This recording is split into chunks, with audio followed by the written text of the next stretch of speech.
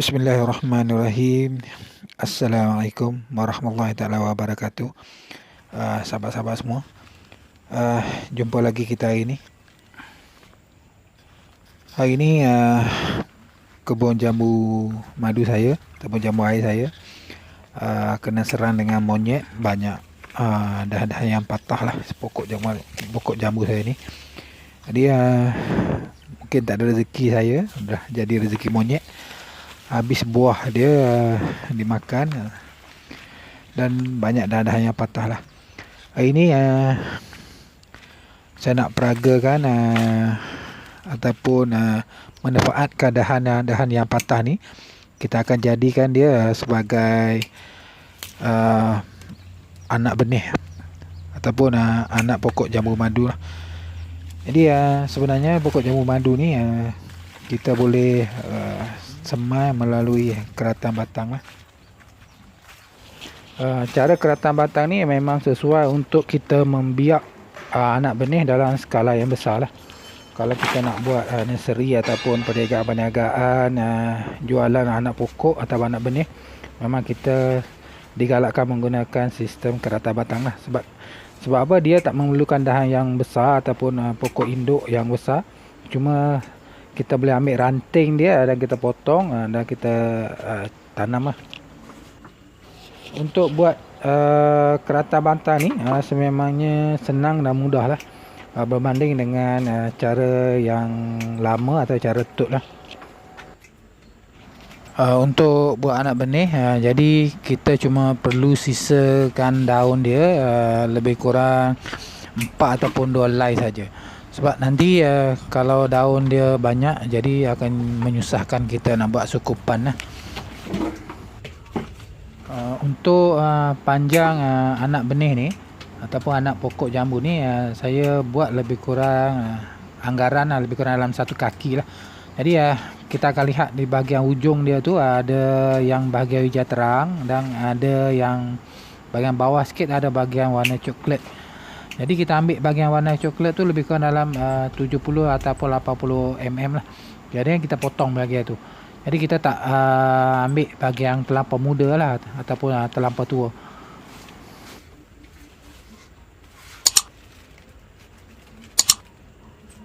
Kalau kita nak buat anak benih ataupun buat semayang keratan batang, seboleh-bolehnya kita cari dahan yang pernah mengeluarkan buah lah. 2 ataupun 3 kali lah. Jadi kalau kita gunakan dahan yang pernah berbuah, jadi hasil dia pokok kita akan cepat berbuah lah, berbanding kita gunakan dahan yang muda lah.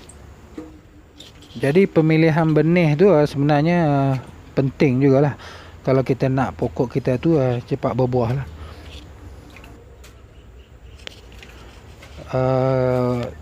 Tadi saya dah cakap bahagian bawah tu mesti warna coklat lah. Dia bahagian yang hijau, berhampiran daun ni warna hijau terang. Jadi lebih kurang 70 ataupun 80 mm kita simpan lah untuk bahagian cucuk dalam tanah lah. Untuk bahagian atas tu yang hijau tu tak ada masalah lah. Untuk dahan ni kalau boleh bahagian ujung dia tu selepas kita potong dengan cutter, kita buat finishing dengan menggunakan pisau lah. Kita ambil pisau yang tajam dan kita potong sikit runcing lah, untuk memudahkan kita untuk menyucuk ke dalam tempat semaian lah. Pada yang baru menonton YouTube channel saya ucapkan banyak-banyak terima kasih. Jangan lupa share dan like dan subscribe. Pada yang dah share, like, subscribe, saya ucapkan banyak-banyak terima kasih lah kerana anda memberi sokongan kepada saya. InsyaAllah saya akan keluarkan video-video yang bermanfaat, khususnya dalam bidang pertanian lah. Ni di atas pengalaman dan perkongsian daripada kawan-kawan lah. Okey, untuk membuat anak benih tadi, saya menggunakan perasan akar juga untuk menggalak akar. Jadi penggalak akar ni kita boleh guna macam-macam lah. Contoh yang dalam video ni saya gunakan cecair B1. Ini yang jenis air lah. Ada yang jenis kapsul B1, dan ada juga macam-macam cara kita boleh pakai lah. Contoh macam bawang. Kalau orang putih, biasa kalau tengok video-video orang putih guna, orang-orang barat dia menggunakan madu ataupun pokok aloe vera. Ini terpulang ataupun terserah kepada kepakaran masing-masing lah. Jadi yang saya senang, saya gunakan cecair B1 lah. Ini boleh beli dekat Shopee ataupun kedai-kedai pertanian lah. Ada yang jenis serbuk pun ada. Jadi saya gunakan lebih kurang dalam 20 ml untuk 500 ml air lah. Jadi dahan-dahan yang kita potong tadi kemudian kita runcing kan, kemudian bahagian yang bawah tu kita rendam dalam air lebih kurang 1 ataupun 2 jam lah. Lagi lama lagi bagus. Okay, apabila kita dah masukkan dalam air lebih kurang dalam 70 ataupun 80 ml ataupun mm tinggi dia tu, batang, daripada batang dengan air tu lebih kurang dalam 70 atau 80 mm. Kemudian kita simpankan di tempat yang redup lah. Jangan simpan tempat panas, simpan di tempat yang redup. Okay, untuk tanah kompos, saya gunakan tanah kompos yang saya buat sendirilah. Ini daripada kokopit. Saya campurkan dengan kulit-kulit buah-bahan, rumput, daun kayu dan juga teh ayam lah. Jadi yang saya ni, saya dah simpan beberapa bulan yang lepas lah. Semua pun sudah terurai dan jadi kompos. Kemudian kalau kita tak ada tanah ni, kita boleh beli dekat kedai-kedai lah. Kemudian saya gunakan juga plastik air yang clear, yang putih. Ini plastik minuman lah. Kalau yang kita nak guna polybag atau botol terpakai pun boleh. Untuk sungkup dia, saya gunakan plastik terang. Ini yang lebihan saya daripada saya berniaga roti john. Jadi saya guna pakai plastik ni untuk buat sungkup lah. Kalau kita tak ada, pakai plastik biasa yang terang pun boleh. Okey, untuk ikat dia saya gunakan tali rafia. Kalau sahabat-sahabat nak menggunakan getah ataupun benang ke apa-apa, tip ke, tu terpulang. Jadi saya gunakan tali rafia lah yang ada sekitar saya lah. Untuk cawan tadi yang saya gunakan cawan yang clear, tu bertujuan apabila dia sudah mengeluarkan akar, jadi kita nampak lah akar dia sudah keluar lah.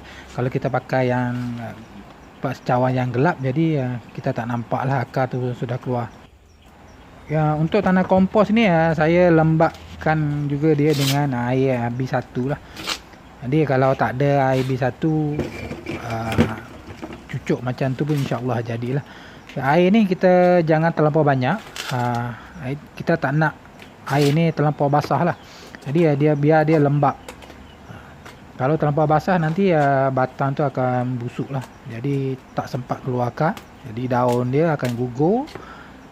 Dan batang dia akan busuk. Jadi kita akan gagal lah.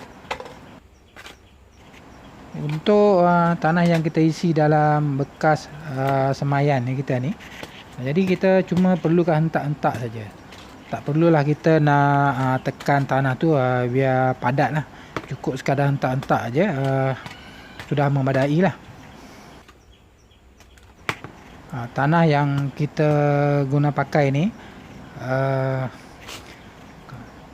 jangan terlalu basah. Ini contoh saya ni, walaupun kita perah dia air dia tak keluar, jadi dia tetap berderai. Apabila kita dah masukkan tanah, semua dah siap, kita cuma perlu menyucuk cucuk batang tu lebih kurang dalam 70 ke 80 mm lah. Yang bahagian yang warna coklat, bukan dekat bahagian bawah tu ada warna coklat, jadi kita cucuk lebih kurang dalam 70 ataupun 80 mm. Kemudian kita ambilkan plastik yang clear tadi, kita ukur lebih kurang melebihi daun yang benih kita tadi, kemudian kita potong lah. Kalau kita tak potong pun tak ada masalah, cuma susah sikit kita nak buat kerja lah untuk kita ikat lah. Apabila dah potong siap, okey, kita masukkan daun dia elok-elok. supaya dia tak daun tu turun ke bawah lah, biar daun tu menegak ke atas. Kemudian plastik kita tu kita masukkan sekali kan dengan cawan, dengan ataupun bekas kita. Kita masukkan keliling, kemudian baru kita ambil tali rafia ataupun apa-apa saja, baru kita ikat supaya angin tak boleh masuk dan angin tak boleh keluar. Okay, tujuan sungkupan ni kita nak buat dia supaya pokok ni tak jadi cepat kering, ataupun dalam dia sentiasa lembap lah. Dia berlaku pemeluapan daripada tanah yang kita siram tadi dengan daun, jadi dia dalam tu akan sentiasa lembap. Kalau kita tak sungkup, kebiasaan batang benih ni akan cepat kering lah. Tujuan dia kita sungkup ni untuk melambatkan batang dia kering lah. Kalau sahabat-sahabat dapat perhatikan, cara untuk kita buat anak benih melalui keratan batang ataupun keratan pucuk ni memang cukup mudah lah. Jadi berbanding dengan kita nak tut lah. Jadi kalau sahabat-sahabat ada hati nak buat nursery ataupun supply anak-anak pokok, bolehlah guna cara macam ni lah. Okey sahabat-sahabat, ini dua pokok yang dah siap untuk saya buat. Jadi saya berharap sahabat-sahabat semua faham macam mana cara untuk kita buat sistem cucuk ataupun keratan batang. Ini pokok jambu madu saya yang dah saya buat beberapa bulan lepas. Jadi pokok ni kebiasaan dia melebihi 1 bulan, insya-Allah kalau tak ada apa masalah dia akan keluar akar lah. 1 ataupun 3 bulan lah. Ini kalau sahabat-sahabat dapat lihat, daun yang 2 helai ni yang saya simpan dia tak jatuh lah. Daun ni masih ada. Kemudian dah keluar akar. Jadi tujuan saya pakai cawan putih ni, bekas putih ni, kita dapat lihat akar dia keluar melalui luar lah, tak perlu kita nak selak-selak belah dalam. Okay, ini yang baru, pun dah keluar akar. Nampak tu ada pemeluapan air tu, jadi dia akan jadi lembap lah. Kalau kita tak sungkup, dia cepat kering lah. Ini tujuan kita sungkup lah.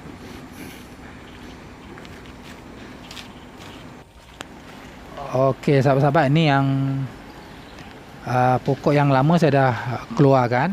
Kemudian saya akan masukkan pokok-pokok baru lah. Jadi tempat ni sebenarnya ni sangka ayam saya. Jadi ayam dah tak ada. Saya guna pakai untuk saya simpan benih pokok jambu madu saya lah. Jadi tempat penyimpanan dia tu kita perlukan tempat yang redup.